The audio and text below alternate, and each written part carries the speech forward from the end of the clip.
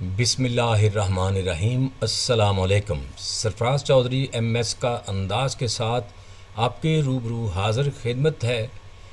چونکہ عید کا موقع ہے تو سب کو میری طرف سے، میری پوری ٹیم کی جانب سے، ایم ایس کا انداز کی جانب سے آپ سب کو دلی عید مبارک اور السلام علیکم۔ دوستو ساتھیو، آپ کے سامنے آج کی اس ویڈیو کے لیے جو موضوع ہم نے چنا ہے، یہ ایک بہت ہی پیارا ایک چھوٹا سا افسانہ ہے جس کا عید سے گہرا تعلق ہے۔ سننے والے چونک جائیں گے اس کے انجام کے ساتھ۔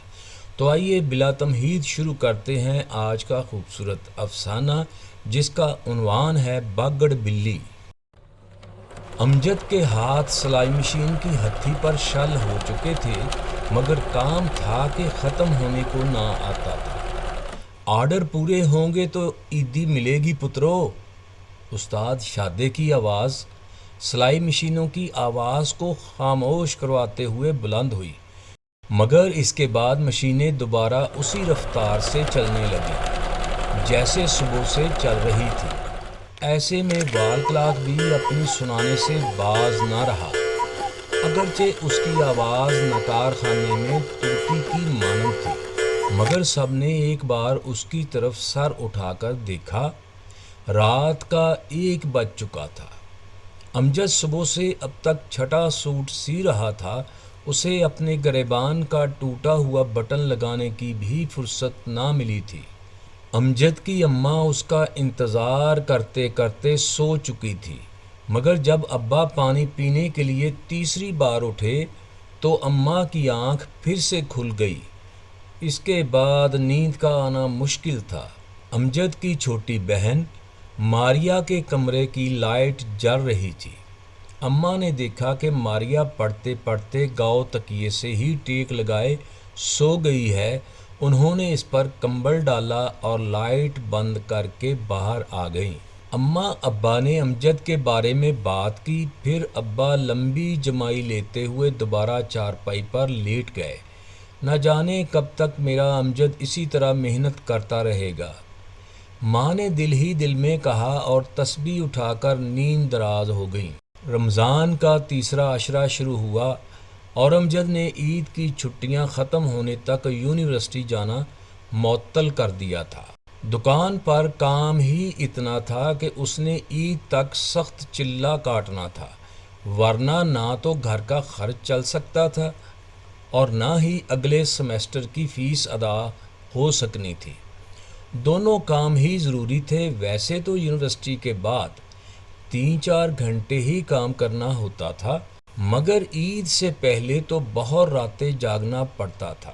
وہ تو چاہتا تھا کہ پچھلے برس کی طرح کوئی بڑا کام کرے۔ اس نے پچھلی عید پر 2 برس کی بچت سے ماریا کو کانٹے لے کر دیے تھے۔ ابا نے جو کہا تھا کہ بہن کے کان خالی اچھے نہیں لگتے، مگر اس برس ابا کے علاج پر ہی بہت خرچ ہو چکا تھا اور اوپر سے اگلے سیمسٹر کی فیس بھی سر پر آن پہنچی تھی۔ استاد شادے کو ہمیشہ اعتراض یہی ہوتا تھا کہ منڈے کے ہاتھ میں صفائی بہت ہے، پر ٹائم پورا نہیں دیتا، اور پڑھے لکھے تھوڑے ہیں ویلے پھرنے کے لیے۔ یہ کتابیں حفظ کر کے عالم بن کر کیا کر لیں گے؟ عید تک مشینیں پورے زور و شور سے چلتی رہیں، دھڑا دھڑ سوٹ سلتے رہے۔ سارے آرڈر پورے ہوئے، مگر عیدی پچھلے سال کی نسبت کچھ کم ہی ملی۔ پچھلی کچھ بچت کو ملا کر سیمسٹر کی فیس پوری ہو رہی تھی۔ امجد کئی مرتبہ سوچتا کہ یونیورسٹی چھوڑ دے، بس پرائیویٹ بی اے ہی کر لے، یا پھر کچھ بھی نہ کرے سوائے کمائی کرنے کے۔ گھر میں کچھ تو آسانی آئے، مگر اس کی اماں ان پڑھ ہونے کے باوجود اس کے لیے اچھی تعلیم ہی چاہتی تھیں۔ وہ کہتی، یہ سستی پڑھائی بھی سستے سوٹ جیسی ہوتی ہے، صرف نام ہی ہوتا ہے، کچھ کام نہیں بنتا۔ امجد خود بھی چاہتا تھا کہ پروفیشنل ڈگری مکمل کرے اور اچھے کیریئر کے قابل بن جائے۔ ڈھیروں ڈھیر سوٹ سینے کے باوجود عید پر اس کے پاس نئے کپڑے نہ تھے، مگر اسے اس بات کا اطمینان تھا کہ 5واں سیمسٹر آرام سے گزر جائے گا۔ چاند رات کو جب وہ جلد ہی سونے کے لیے اپنے کمرے کی طرف گیا تو اس کی باگڑ بلی ماریا اس کے پیچھے آ گئی۔ یہ باگڑ بلی اس کی چھوٹی بہن ہے۔ بھائی پچھلی عید پر تو کانٹے لے کر دیے تھے، اس عید پر بہن کو خالی ہاتھ ہی رکھو گے؟ امجد مسکرایا، میری باگڑ بلی، اس دفعہ میرا ہاتھ بہت تنگ ہے۔ ماریا منہ بسور کر بولی، ہر عید پر قیمتی چیز نہیں دیتے؟ بھائی میرے ہاتھوں میں مہندی لگا دو، تم بہت اچھے پھول بناتے ہو۔ امجد نے اس کے ہاتھ سے مہندی لیتے ہوئے کہا، لاؤ تمہارے ہاتھ پیلے کر دوں۔ ماریا امجد کے سر پہ ہلکی سی چپت رسید کرتے ہوئے بولی، پیلے نہیں لال۔ امجد مسکراتے ہوئے، اچھا باگڑ بلی، لال پیلی ہونے کی کوئی ضرورت نہیں ہے۔ امجد نے اس کے ہاتھوں پر بڑی عمدگی سے مہندی لگائی۔ عید کا دن تو بالکل خیریت سے گزرا، مگر رات شروع ہوتے ہی ابا کو سانس لینے میں دشواری ہونے لگی۔ ڈاکٹر کی دی ہوئی دوا نے کوئی اثر نہ دکھایا۔ امجد ابا کو لے کر سرکاری ہسپتال چلا گیا۔ عید والے دن سرکاری ہسپتال میں کون ڈاکٹر ملتا؟ وہاں سے پرائیویٹ کلینک ہی جانا پڑا۔ ابا کی طبیعت سنبھلنے کو نہ آ رہی تھی۔ اب تو ابا کسی بات کا جواب بھی نہ دے رہے تھے۔ اس کے باوجود امجد نے گھر فون کر کے ماں اور بہن کو تسلی دی، بتایا کہ اسے رات ابا کے ساتھ کلینک پر ہی رہنا پڑے گا۔ امجد اگرچہ بہت حوصلہ مند اور مستقل مزاج تھا، مگر 19-20 برس کی عمر شاید اتنے مسائل کے حل کے لیے ناکافی تھی۔ اسے کبھی اپنی بے بسی پر رونا آتا اور کبھی اپنی تنگ دستی پر غصہ۔ انہی دو بلاؤں نے ہی تو ابا کو اس حالت تک پہنچایا تھا۔ صحت صرف دواؤں سے واپس نہیں آتی، اس کے لیے اچھی خوراک بھی تو ہونی چاہیے۔ اچھی خوراک کا بندوبست ہو تو دوا کے پیسے نہیں رہتے، اور دوا آئے تو پھر کچھ اور نہیں آتا۔ امجد کا دماغ ہانڈی کی طرح کھول رہا تھا۔ ابا کو کچھ دیر تو مصنوعی سانس ہی دی جاتی رہی اور اس کے بعد کچھ امید نظر آئی۔ ابا نے آنکھیں کھولیں اور ڈاکٹروں نے بتایا کہ اب وہ خود سانس لینے کے قابل ہیں۔ اگلے دن بھی وہ کلینک میں ہی رہے اور تیسرے دن امجد انہیں لے کر گھر آیا۔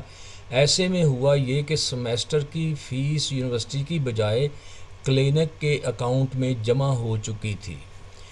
امجد نے اس کا ذکر کسی سے نہ کیا، بلکہ وہ دل ہی دل میں حتمی فیصلہ کر چکا تھا یونیورسٹی کو خیر آباد کہنے کا۔ وہ جانتا تھا کہ بیمار باپ، بوڑھی ماں اور معصوم شرارتوں والی بہن کا فقط وہی سہارا ہے، اس نے ان کی کفالت کرنی ہے۔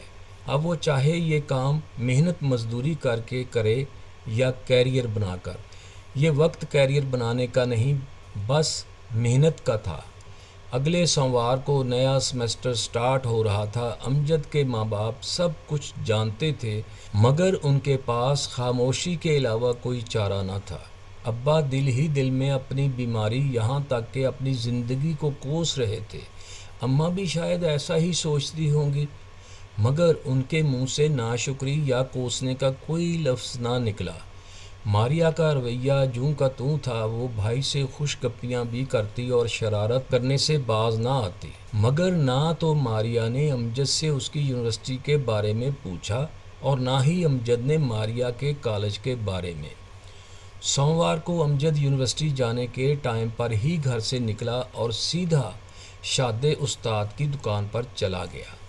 استاد اسے دیکھ کر بہت خوش ہوا اور بتایا کہ 10 زنانہ سوٹ سلنے آئے ہیں، بس کھڑکا دے، باقی نالائق تو اب عید کا بخار اتا کر ہی آئیں گے۔ ادھر آج گھر میں خاموشی ہی خاموشی تھی۔ ماریا صبح جلدی اٹھنے کے باوجود کالج کی بس سے لیٹ ہو چکی تھی اور اس پر اماں کی ڈانٹ بھی کھا چکی تھی۔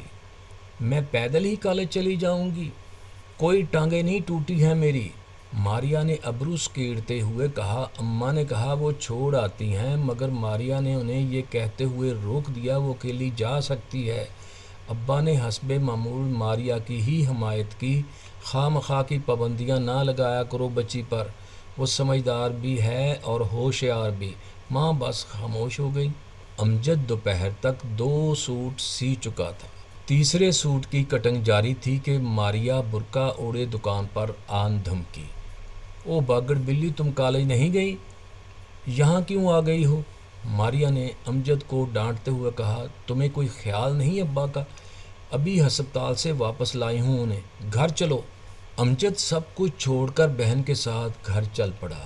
شادے استاد نے اسے تسلی دیتے ہوئے کہا، او کوئی نہیں پتر، اللہ خیر کرے گا۔ ابا اب کیسے ہیں؟ امجد نے انتہائی پریشانی کے عالم میں ماریا سے پوچھا۔ ٹھیک ہیں، ماریا نے اطمینان سے جواب دیا۔ بھائی تم یونیورسٹی کیوں نہیں گئے؟ امجد نے کوئی جواب نہ دیا اور دونوں اکٹھے گھر میں داخل ہوئے۔ ابا کو صحن میں ٹہلتے دیکھ کر امجد کو قدرے اطمینان ہوا۔ ابا آپ ٹھیک ہیں نا؟ اس نے گھبرائے ہوئے انداز میں پوچھا۔ ابا نے مسکرا کر اس کے کندھے پر ہاتھ رکھا۔ بالکل ٹھیک ہوں بیٹا۔ ابا نے ایک کاغذ جیب سے نکال کر امجد کی طرف بڑھایا۔ بیٹا یہ دوائیاں ڈاکٹر نے لکھ کر دی ہیں، جاؤ لے آؤ۔ امجد نے کاغذ ابا کے ہاتھ سے لے کر اس پر نگاہ ڈالی۔ اس کے چہرے پر حیرت اور مسرت کے تاثرات نمایاں تھے۔ یہ ڈاکٹر کا نسخہ نہیں، یونیورسٹی فیس کی رسید تھی۔ اس نے ابا کی طرف سوالیہ نظروں سے دیکھا۔ ابا کے پیچھے اس کی باگڑ بلی اپنی معصومانہ شرارت کے ساتھ مسکرا رہی تھی۔ اس کی حیرت کی اس وقت تک کوئی حد نہ رہی جب اس نے یہ دیکھا کہ باگڑ بلی کے کان کانٹوں سے خالی تھے۔ جی پیارے ساتھیوں، جی پیارے دوستو، جی میرے عزیزو، امید ہے یہ افسانہ آپ کو پسند آیا ہوگا۔ اگر پسند آیا ہے تو لائک کیجئے، چینل کو سبسکرائب کیجئے اور عید کی خوشیوں میں ہمیں یاد رکھیے۔ چلتے چلتے پاکستان پائندہ باد، خدا حافظ۔